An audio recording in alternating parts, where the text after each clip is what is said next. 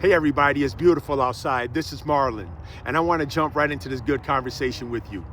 There's something powerful about a person who shows up, not perfect, not polished, not having all the answers, but simply being present and willing.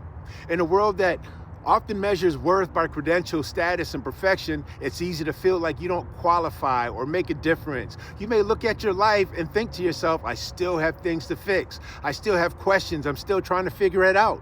I know sometimes I do. But here's the truth. God has never required perfection to do something powerful. He has always worked through what is available. Are you willing to make yourself available today?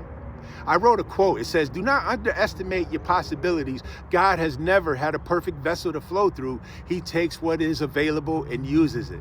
That's from my book, On Your Journey. You can find that on Amazon. The foundation of the truth of this quote is found in Scripture. In Isaiah chapter 1, verse 19, it says, if you be willing and obedient, ye shall eat the good of the land. At its core, this simply means when you choose to do what is right with a willing heart, good will always come from it. Not instantly, not always how you expect it, but it will come consistently and faithfully. Let's walk through what it truly means to just be willing. Your willingness and obedience can open the door to many things. Willingness is the starting point. Before skill, before clarity, before confidence, there is a decision where you say, I am available.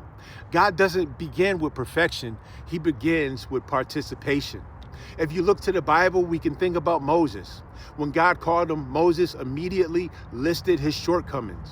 He said, I don't speak well. Moses said he didn't feel qualified. He didn't believe that he was the right person, yet God didn't deny his flaws. He simply chose to work through them. And Moses' willingness, despite hesitation, opened the door for one of the greatest deliverances in biblical history. You want something that relates to us? You may not feel qualified to encourage someone. Sometimes I don't. But when you send that text, or you hold that door open, or you offer that smile, or letting someone go ahead of you in traffic, yeah, really. These small acts become moments where God's love flows through you in a great way. Can we think about this? What if the only thing standing between you and your next purpose moment is your willingness to say yes? Are you willing to say yes for your next purpose moment right now? I am. Once you open the door with willingness, something else begins to shift, not just around you, but within you. It starts on the inside and it shows itself on the outside. And what starts in there is the obedience, and obedience produces the outcome. Willingness says yes, and obedience follows through. It's one thing to feel led to do good. It's another thing to actually do it. If we go back in the book of Genesis and we look at Noah, he didn't just hear God, he obeyed. Building an ark didn't make sense to others during that time, and it likely wasn't easy or convenient. But his obedience step by step produced the very outcome that saved lives. Sometimes you may feel prompted to check on someone and you actually make the call. You feel led to forgive and you take the first step. You feel inspired to start something meaningful and you begin, even if it's small, even if it's seemingly inconvenient.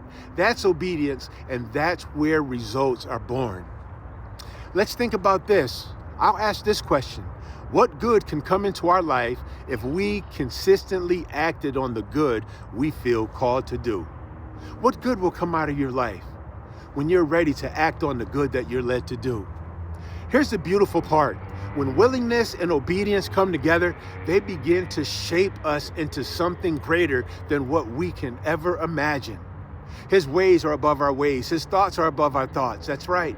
God uses what's available. You don't have to be extraordinary to do something meaningful. Your availability makes you valuable.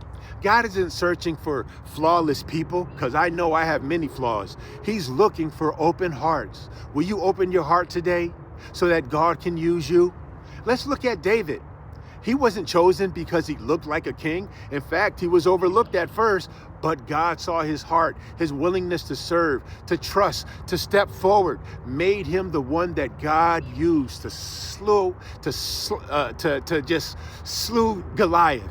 You don't need a stage to make an impact. Kindness at the grocery store, patience with a loved one, encouragement to a coworker. Those simple acts can destroy any giant of negativity in your life. They have extraordinary value. Let's think about this. What if the small things that we do are actually the biggest things to someone else's life? The small thing that you did, that I did, that someone did for you was a very big thing. Can we be willing anyway? You don't have to have everything figured out. You don't have to be perfect. You don't have to wait until you feel ready. I'm just saying, just be willing. Be willing to show kindness. Be willing to do good for the sake of doing good. Be willing to be used even in your current condition.